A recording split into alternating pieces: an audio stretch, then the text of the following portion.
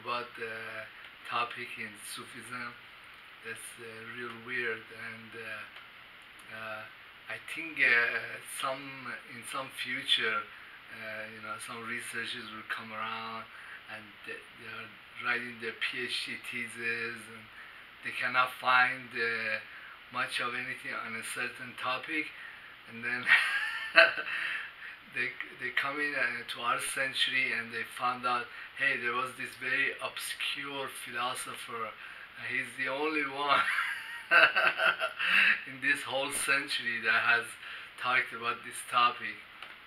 But I don't think I would be that lucky.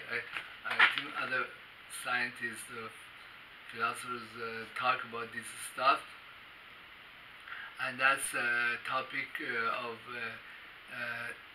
simulation, that many quantum physicists think that the universe is a simulation. Or a lot of other scientists, they think that basically universe boils down to information and the information processing. So it really is a massive computer, is a quantum computer, and the physical world mirrors or brings out what this computer is ultimately thinking or projecting. Well, there is a lot of writing from Sufi Master Shah Mahsud. He talks about that there are parallel worlds, but he doesn't say in physical terms. He says like there is spirit worlds, and all the spirit worlds are more refined and enlightened, and our material world is the lowest world, and then the spirits that are in this divine realm, they come up with new technologies, new machinery, new inventions, new experiences, new music, and they inspire the people who are on the lower planes to act out or create this in the physical world, and then keeps coming down from world to world until these spirits, they induce like a musician or a scientist or a philosopher to say these or create or present or manufacture these creations or these discoveries that were originally made in higher realms. Okay, so I also see a parallel to this in there's a lot of research on megalithic structures, and also many people went, many researchers, and restudied the Old Testament, and there is like a parallel that there were great floods 12,500 years ago that destroyed civilizations that existed. But then the Old Testament talks about Noah, and they made an ark. But Noah somehow knew, or he was inspired, he knew that there is going to be a great flood. And then when he was asked, he said, Elohim, like there's a God somewhere else outside of the solar system that came up and said that the humanity is doing wicked things and should be destroyed. But then there's a lot of suspicion that there were civilizations in the megalithic period or before 12,500 years ago in the solar system, and this Elohim might be like a galactic emperor or somebody who had the ultimate say so, and when the planet Earth was habited, then things didn't go well the way he thought it should go, He was the one who gave the final order. But then this is like it's sounds like almost the same narrative as saying that there is the higher realms and they induce the events in the lower realms, or like the quantum physicists say that the universe is a quantum computer and the physical world is really a projection of what this quantum computer thinks. It's like the same story in dressed up in a different ways, different methodology. But then I like the quantum story a little better than the other two because it's not anthropomorphic.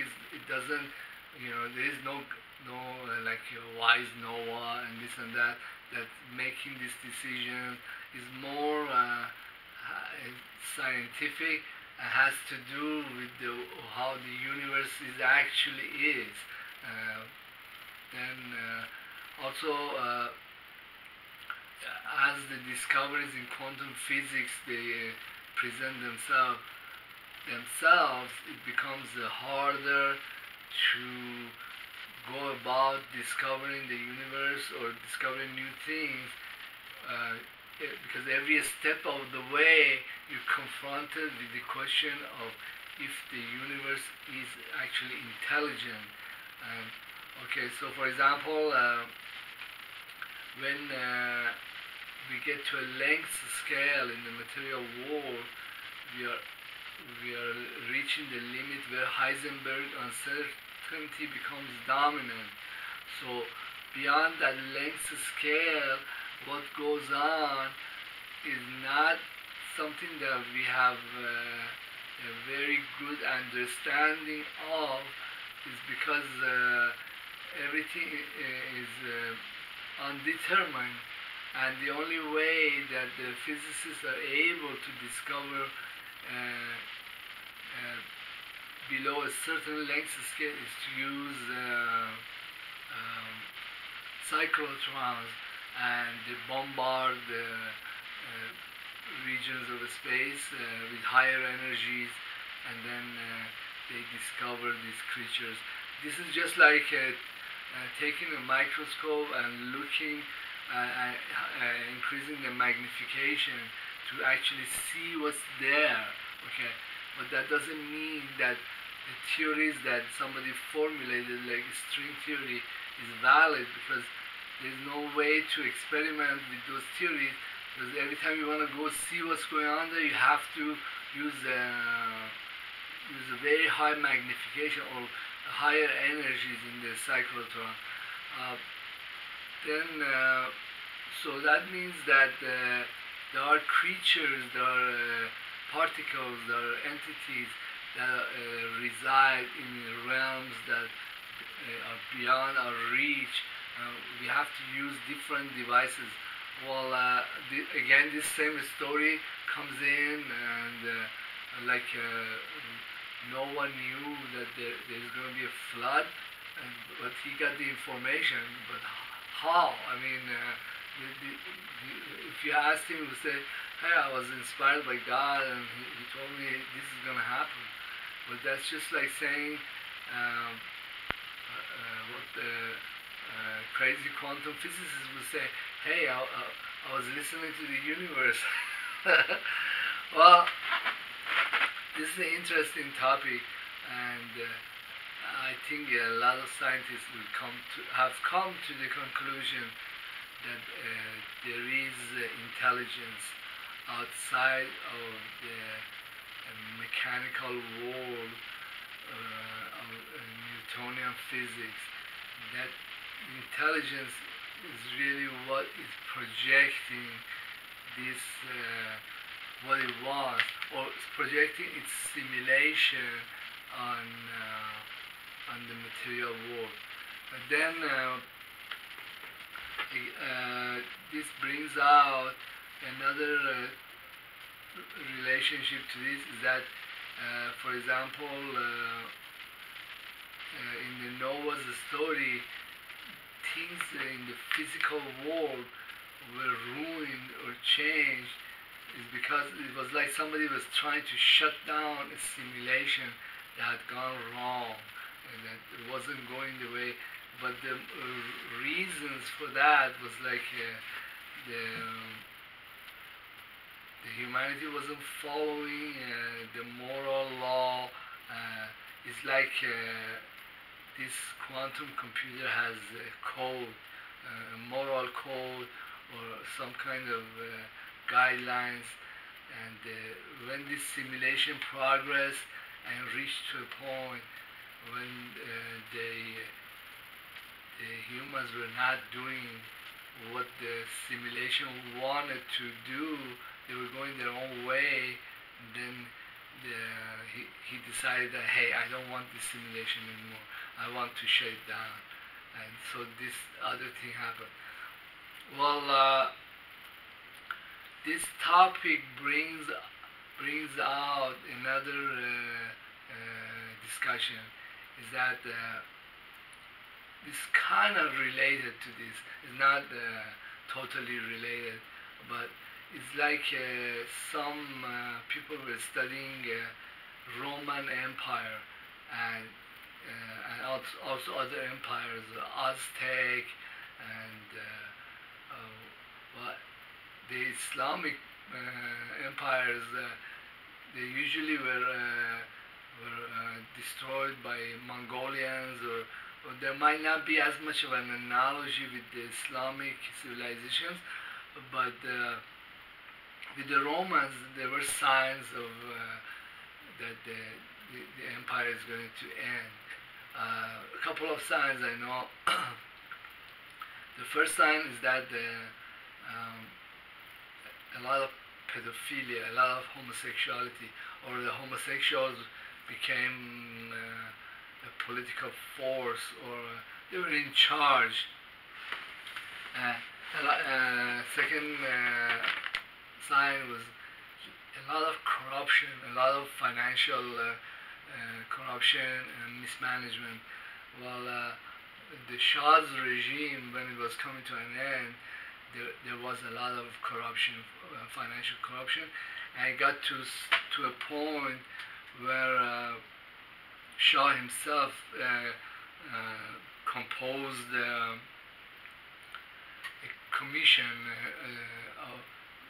They call it Commission Fesad Mali, which means like commission to deal with the financial crimes. It was so widespread. The court was also involved, and the commission basically didn't do anything. It was just like public relations. The Shah wanted to show the public, hey, I'm not so wicked. I want to show that there is laws and all that. But it didn't go anywhere, and then the people who were getting ripped off, or businesses that were shuttered, or the bazaar, they rebelled and they helped bring down the Shah's regime. So these are two signs: financial corruption, sexual deviancy, and well, with the Aztec, the only thing that I really know about their civilization is that they sacrifice, human sacrifice, or children sacrifices, or eating their flesh. These practices show extreme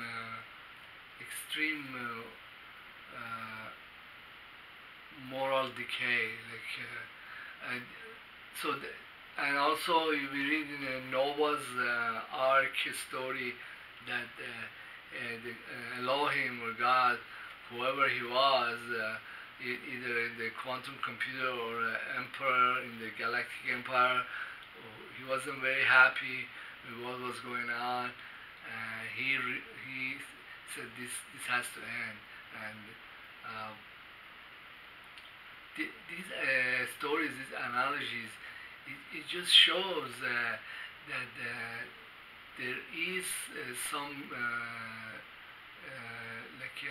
galactic or overall logic to this whole simulation story, that there is somebody or something that wants this simulation, and it sometimes comes in and takes sides and say, hey, I want this, I don't want that.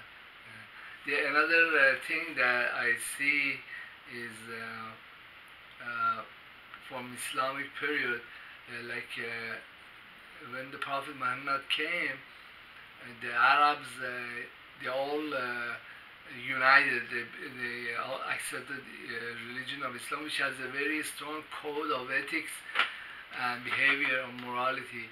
And then they were successful to occupy or dismantle the Persian Empire or the Roman Empire. They became a world power. So okay, so if you were looking at this whole thing as a simulation, and would say, how come this group, a small group of people, they became so dominant, so successful? They had this very harsh moral code, and then there were other civilizations technologically, and they were much more advanced, and how come they fell apart, but these guys, they came in? And I guess another historian was saying that empires start with the first generation comes in, like these Arabs takes over, and then the second generation is like a builders, they build up the empire. The third is like maintains it. The fourth is the loser generation, something like that. It's a simulation. It's a long story, and it has a flow, and it seems like somebody is orchestrating this story, and at some point he comes in or she comes in and shuts something off, and then we start again doing the different thing.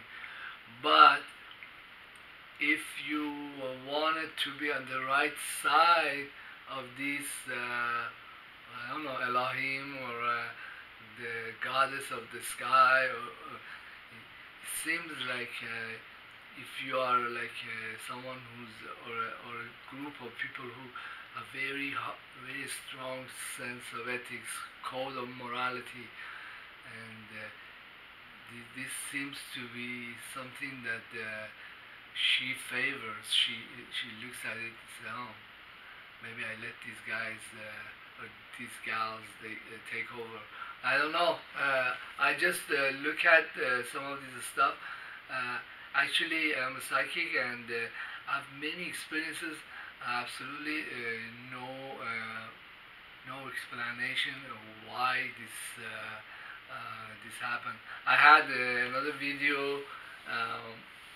It was called My Bizarre Psychic Experiences. Those are not the only bizarre ones, but I don't want to be accused of having gone nuts, or hey, I have to culture stuff in a lot of physical sciences or math, to show, hey, there's some reasons for these things, but a lot of times I personally don't have any reasons for them, or I cannot explain them, but it's just a phenomena that happened.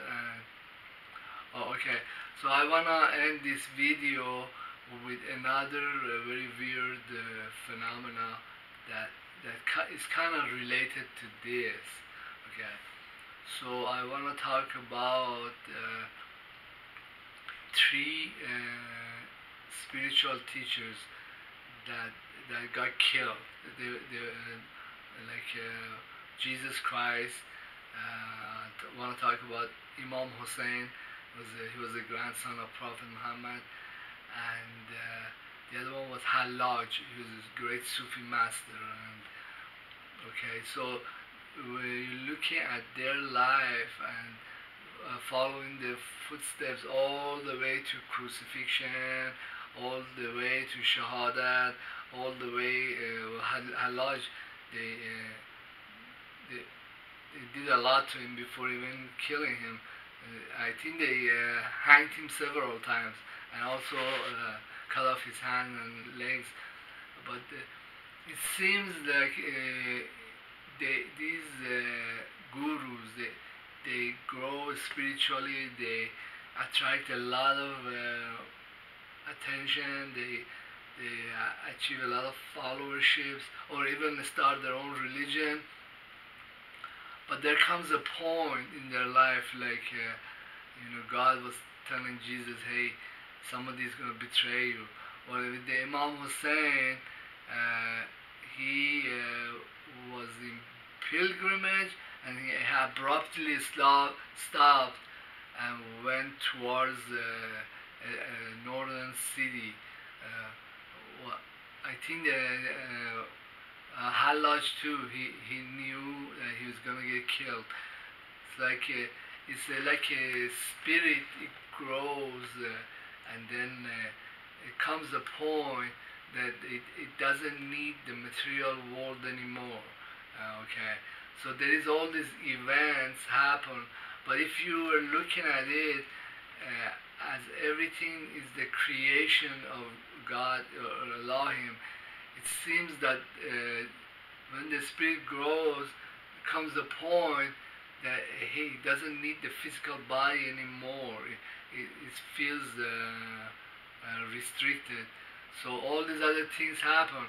Well, all the stuff that happened before crucifixion, they all had happened before that too for many years. I mean, people didn't really know how Jesus looked. He was kind of like in hiding between his friends, and like how did things suddenly change and became far worse. Same with the Hallaj, Khalifa's sister was a devotee of his. She was very fond of him, but things changed, but it didn't have to change. Well, what I'm saying is that if we think that the universe is creation of the consciousness or this quantum computer, I think it cannot set things up to come to this point and then do something else. Or it didn't find the material world very interesting anymore. And then, well, there is expressions in Christians say only only the good die young. Or the Sufi master said that when someone becomes enlightened, they lose their interest in living in the material world. They lose interest in their life as is, as we know it. These are very strange topics. Well, I'm a philosopher that dabbles in these obscure topics, but hey, it's interesting. It kind of relates to quantum physics and well, thank you for putting up with my rant. I know a lot of it might not make any kind of sense, but hey, there's some research and I have other stuff. It's kind of spiritual or psychic, but I kind of shy away from putting them on my YouTube channel because there's no rational explanation for them, except that that the consciousness or the universe wants to experience itself, and it does. And then I look on and say, what was that? Well, thank you very much. Please subscribe and leave a comment.